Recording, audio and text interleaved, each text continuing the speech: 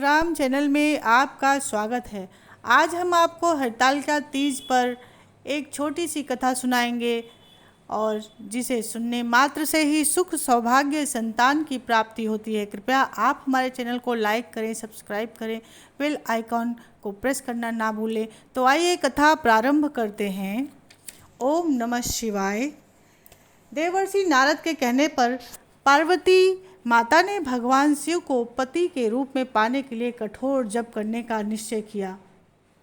पिता हिमाचल व माता मैना से तप करने की आज्ञा मांगी। इस पर पिता हिमाचल ने तो आज्ञा दे दी, लेकिन माता मैना ने स्नेहवश उन्हें अनेक प्रकार से समझाते हुए कहा कि बेटी, घर से दूर जाकर तप करना कठिन कार्य है, अतः तुम यहाँ वहाँ मत जाओ, अर्थात उमा बाहर मत जाओ।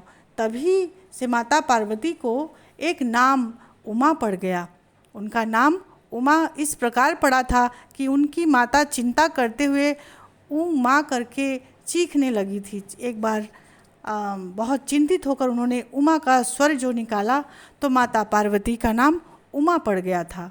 जब माता के मना करने पर शिवा दुखी हुई, तब माता ने भी तप करने की आज्ञा दे दी। इस प्रकार माता पिता की आज्ञा मिलने पर पार्वती मन में बड़ी प्रसन्न हुई। फिर वे माता पिता को प्रणाम कर अपनी सखियों जया विजया के साथ वन में तप करने चली गई। पार्वती के वस्त्रों को त्याग कर कमर में मूंज की मेखला बांधकर वलकल वस्त्र धारण किए, हार के स्थान पर मृग चर्म धारण किए, तत्पश्चात वे तप करने के लिए गंगोत्री की ओर चली गई। स्मरणीय है कि भगवान शिव ने जहाँ कामदेव को भस्म किया था, हिमालय का वह शिखर गंगा अवतरण गंगोत्री के नाम से जाना जाता है। उसी स्थान पर पार्वती जी ने तप प्रारंभ किया। पार्वती यानी गौरी जी के तप करने से उसका एक नाम गौरी शिखर भी कहलाता है। पार्वती जी ने पहले भूमि का शोधन करके वहाँ वेदी की रचना की, फिर तप प्रारंभ किया जो मुनियों के लिए कठिन था। उन्होंने मन सहित इंद्रियों को नियंत्रित कर तप प्रारंभ किया। वे गर्मी के समय अपने चारों ओर अग्नि प्रज्वलित कर दी, दिन रात पंचाक्षरी मंत्र का जप करती थी। यह मंत्र पार्वती को देवर्षि नारद से प्राप्त हुआ था। वर्षा काल में वेदी पर सिरासन स्थिर आसन पर पत्थर की चट्टान पर आसन लगाकर वर्षा में भीगती हुई लगातार तप करती थी। सर्दी के समय निराहार रहकर शिव का ध्यान करते हुए ठंडे जल की धारा में खड़ी रहती थी।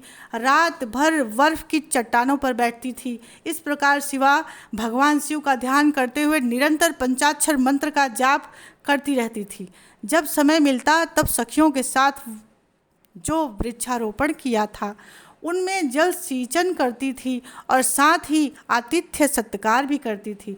पार्वती जी ने सदा गर्मी बरसात में भी कठोर तप किया। इस काल में जो बाधाएं उपस्थित हुई उन पर उन्होंने कोई ध्यान नहीं दिया। पार्वती का पहला वर्ष फलाहार करते हुए बीता, दूसरा वर्ष पत्ते चबाते हुए बीता। इस प्रकार पार्वती जी ने अनगिनत वर्षों तक घोर तपस्या किया। बाद में पार्वती जी ने पत्तों का सेवन भी त्याग दिया, निराहार रहने लगी। धीरे धीरे तप के प्रति उनकी निष्ठा बढ़ती चली गई। चूँकि शिवा ने भोजन के रूप में पत्तों का पर्ण का त्याग किया था, अतः उनका एक नाम अपर्णा भी लोक में प्रसिद्ध हुआ। तत्पश्चात पार्वती ने एक पैर पर खड़े रहकर भगवान शिव का ध्यान करते हुए शिव के पंचाक्षर मंत्र ओम नमः शिवाय का जप करते हुए कठोर तप किया। उनके अंगर चीर वस्त्र व वल्कल वस्त्रों से ढके थे। शीश पर वे जटाएं धारण किए हुए थी। इस प्रकार शिवा ने शिव चिंतन करते हुए मुनियों को भी परास्त कर दिया।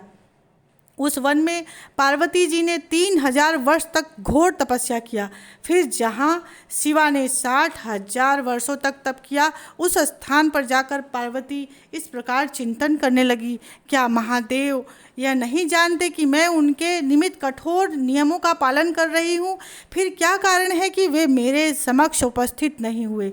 लोक वेद मुनि आदि सभी सर्वदाता कहते हैं, यदि मैं मनोकामनाओं को त्याग कर शिव में अनुरक्त हुई हूँ तो तो वे कल्याणकर्ता शिव मुझ पर प्रसन्न हो। यदि मैंने नारद द्वारा दिए गए पंचाक्षर मंत्र का भक्ति भाव से जाप किया है तो शिव मुझ पर प्रसन्न हो। यदि मैं शिव भक्ति से निर्विकार रूप से निरंतर हूँ तो हे शिव मुझ पर आप प्रसन्न हो। इस प्रकार चिंतन करती हुई जटा वल्कल धारण करने वाली विकार रहित पार्वती माता मुंह नीचे किए हुए दीर्घ काल तक तप करती रही। पार्वती जी का तप विस्मित था, अचंभित था, अचंभित करने वाला था। पार्वती के तप का यह प्रभाव हुआ कि परस्पर विरोधी जीव भी बैर भाव भूलकर परस्पर व्रत प्रेम करते थे। गौ, सिंह व अन्य जीव उनके तप से विघ्न उपस्थित नहीं करते थे। उस वन में वृक्षादि सदैव हरे भरे और फलों से लदे रहते थे। सार कहा जाए तो उस तपोवन का सारा प्रांत कैलाश पर्वत के समान हो गया। पंचाक्षर मंत्र नमः शिवाय प्रणव ओम से संयुक्त होने पर षडाक्षर मंत्र कहलाता है। इस पंचाक्षर मंत्र को शिवरूप वाक्य दिया गया है, ओम नमः शिवाय।